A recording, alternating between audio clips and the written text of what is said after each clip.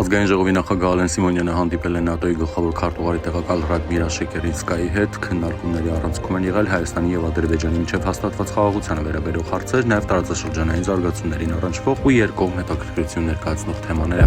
Անվտանգության խորհրդի քարտուղար Արմեն Գրիգորյանը Լոնդոնում հանդիպել է Մեծ Բրիտանիայի պաշտպանության հարցերով պետնախարար Լորդ Վերնոն Քոքերի հետ։ Քննարկել են անվտանգության եւ պաշտպանության ոլորտում համագործակցության ընդլայնումը, ընդգծել են պաշտպանության հարցերով ռազմական գծորդների փոխանակման եւ ապագայում բարձր մակարդակի փոխայցելությունների իրականացման կարևորությունը։ Վրաստանի կառավարության որոշման համաձայն վրացական երկաթուղիները կիրականացնի ադրբեջանական վառելիքի միանվագ անվճար երկաթուղային փոխադրում դեպի Հայաստան։ Հրամանագրի համաձայն վառելիքի միանվագ անվճար փոխադրումը կվերաբերի 2600 տոննա դիզելային վառելիքի։ ԱՄՆ-ի եւ Ռուսաստանի պատվիրակությունները կարող են ուկրաինական կարգավորման շուրջ բանակցություններ անցկացնել առաջիկա հանգստյան օրերին Ֆլորիդայում։ Պլանավորվում է, որ ԱՄՆ-ից ներկա կլինեն երկրի նախագահի հատուկ բանագնաց Սթիվ Ուիթքոֆը եւ Թրամփի փեսան Ջարեդ Քուշները, ռուսական կողմից Ռուսաստանի նախագահի հատուկ ներկայացուցիչ Կիրիլ Դմիտրիևը։